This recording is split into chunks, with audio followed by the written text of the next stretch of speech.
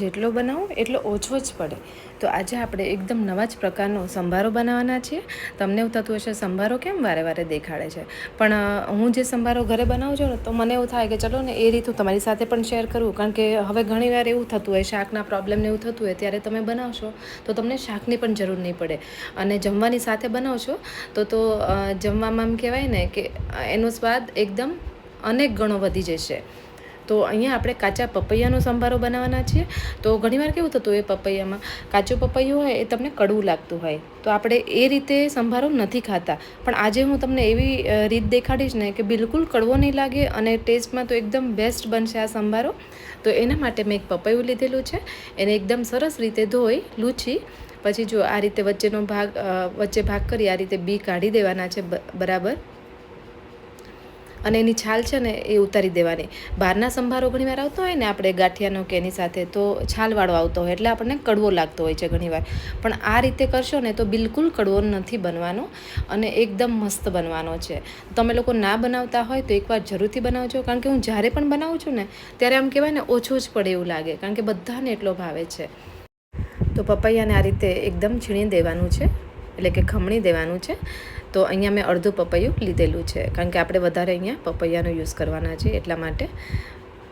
અને આને હવે આપણે જો આટલું થયું છે તો આને સાઈડમાં રાખી દઈએ. આમાં કોઈ પણ જાતનું એવું માપ ફિક્સ નથી, તમે કોઈ બી વસ્તુ પ્લસ માઇનસ કરી શકો છો તમારા ટેસ્ટ પ્રમાણે.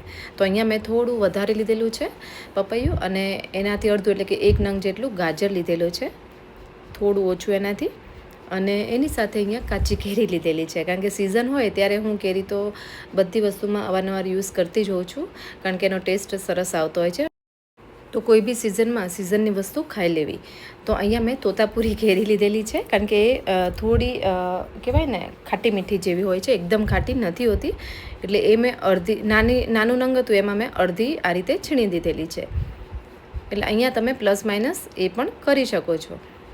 હવે એને આપણે સાઈડમાં રાખીએ. હવે 1 નંગ જેટલી કાકડી, તો કાકડીને આ બધી વસ્તુને આપણે પહેલેથી ધોયેલી જ છે, અને હંમેશા કાકડી સુધારતા પહેલાં એકવાર ચાખી લેવી, કારણ કે ઘણીવાર આપણને એવી આદત ના હોય તો ક્યારેક એવું થાય કે કડવી આવી જતી હોય છે તો આપણો આખો સંભારો બગડશે.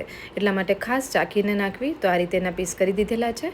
હવે અડધો નંગ જેટલું અહીંયા કેપ્સિકમ લીધેલું છે, એને પણ આપણે થોડા નાના પીસમાં કટ કરી દઈશું. તો આ બધી વસ્તુમાંથી તમારી પાસે જે અવેલેબલ હોય એ તમે એડ કરી શકો છો, પણ મારી પાસે અત્યારે જે છે એ બધું એડ કરું છું, કારણ કે આ બધી જ વસ્તુ શરીર માટે સારી છે અને અત્યારે સિઝન હોય એ પ્રમાણે આપણે ખાઈ લેવાની. અને સાથે એક નંગ જેટલું અહીંયા મેં ટમેટું લીધેલું છે. ટમેટાને પણ આ રીતે હું નાના નાના પીસમાં કટ કરી દઉં છું.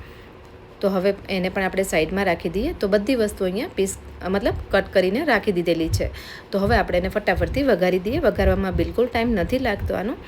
વઘાર માટે 2 ચમચી જેટલું તેલ લીધેલું છે, એમાં અડધી ચમચી જેટલી રાઈ નાખી દેવાની. રાઈ એકદમ સરસ ફૂટી જાય ને પછી એના અંદર 1 નંગ જેટલું તીખું મરચાંનો તીખું મોળું તમારે જે રીતે નાખવું એ રીતે પ્લસ માઇનસ કરી શકો છો. સાથે 1 તીરકી જેટલું અહીંયા આપણે લીમડો નાખીએ છીએ. વઘારમાં ફ્રેશ લીમડો હશે એની સુગંધ સરસ આવે. હવે એને સાતળી લઈએ અને નાની અડધી ચમચી જેટલી હળદર એડ કરી દઈએ. તો એકદમ છે ને ઇઝી જ તે, કારણ કે એકદમ ઓછા મસાલામાં ટેસ્ટી એવી વસ્તુ ખાવી હોય તો તમે આ રીતે કરી શકો છો. કારણ કે સંભારો તો અવારનવાર બધાના ઘરમાં બનતો જ હોય છે રોજ બરોજ, પણ બધાને બનાવવાની રીત અલગ અલગ હોય, તો ક્યારેક કંઈક અલગ બનાવીએ તો બધાને વધારે ભાવે.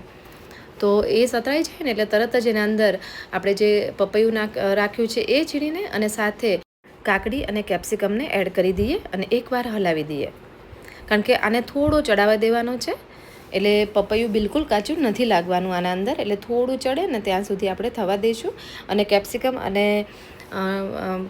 કાકડીને થોડો ટાઈમ લાગે એટલા માટે આપણે પહેલાં એડ કરી દીધી. પછી 2 મિનિટ જેવું થાય એટલે આપણે ગાજર એડ કરી દઈશું એની અંદર, અને ગાજરની સાથે કાચી કેરી પણ એડ કરી દઈએ.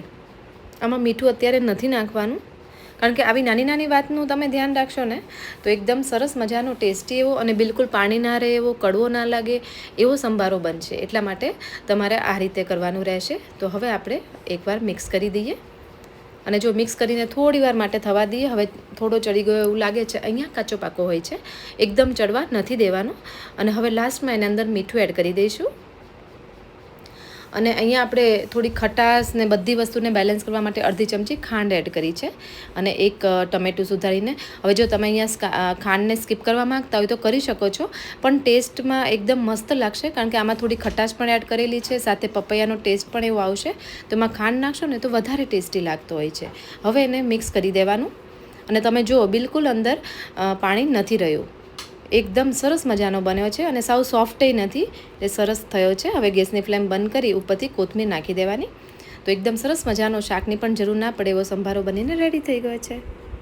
આ જોઈને જેને જેને મોઢામાં પાણી આવી ગયું એ લોકો કમેન્ટ જરૂરથી કરજો. તો ચલો ફરી મળીએ એક નવી રેસીપી સાથે. Thank you.